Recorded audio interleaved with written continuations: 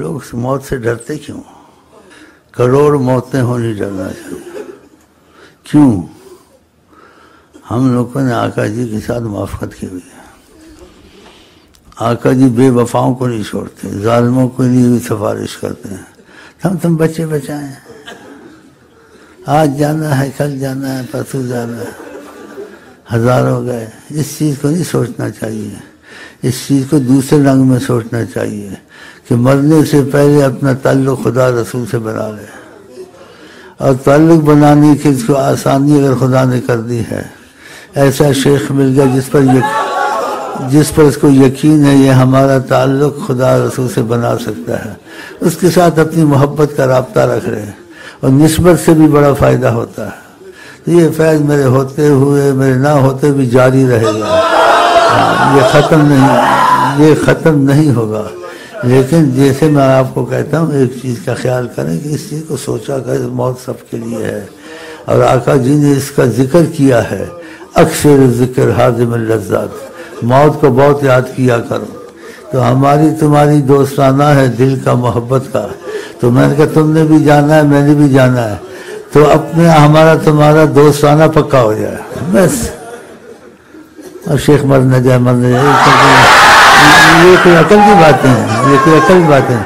ساری دنیا گئی، انبیاء گئے، اولیاء اللہ گئے، آقا جی دنیا سے جام میں تم نے بھی جانا ہے. لیکن ہمارا تمہارا جو اصل بنیادی چیز ہے، وہ مرکز ہے، وہ حضرت محمد مصطفیٰ ہے.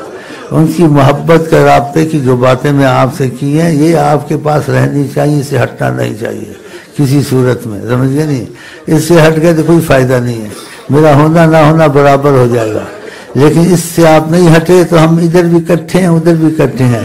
ہاں، جدا نہیں ہے، بس بیچ میں ایک تھوڑا سا جیسے فاصلہ آئے گا، ایسے کر کے ایسے کچھ بھی نہیں. تو اس لیے نبی کریم نے فرمایا کہ موت کو یاد بہت کرو. تو اس چیز کو یاد رکھیں اور بھولے نہیں. اور اس میں یا موت اچانک آتی ہے، ایک دم نہیں آتی ہے. تو اس لیے میں نے آپ کو احتیاطاً چیزیں بتا دی ہیں.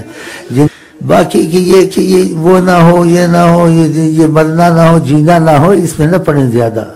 یہ ایک جگہ ہے جو ادھر سے جا کے ادھر چلا جانا بس، اور کچھ بھی نہیں ہے.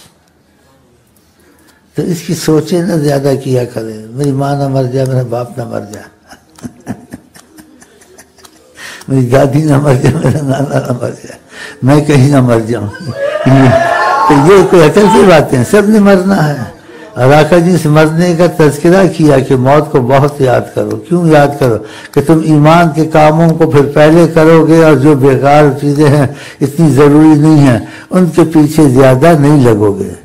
یہ ہمارے نبی کی ہم کو آپ کو وصیت ہے. کیا؟ اکثر الذکر، بہت یاد کیا کرو موت کو. تو اس میں بہت فائدہ ہے. اور نبی کریم کلام کو بے حد اہمیت دیں.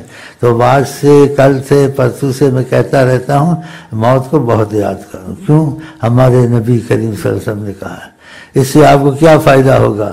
آپ کو پتہ جتنا بھی یہاں کرو فائدہ نہیں چھوڑ کے جانا ہے. پھر فائدہ کس چیز میں ہے؟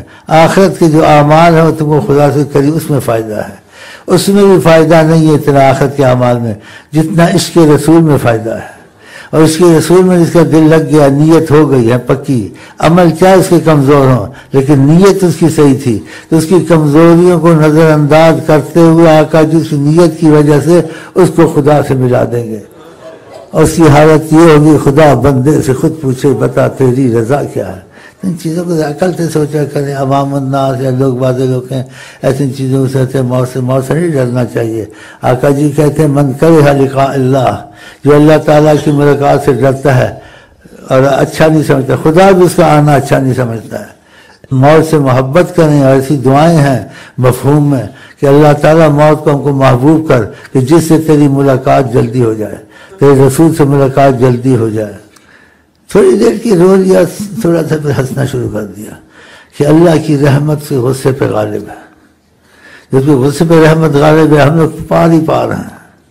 اور جب بیچ میں وسیلہ اتنا زبردست ہے حضرت محمد مصطفیٰ، ان کی چوکھٹ سے چمڑے ہوئے ہیں، ان کی یاد سے ہم بھولتے نہیں.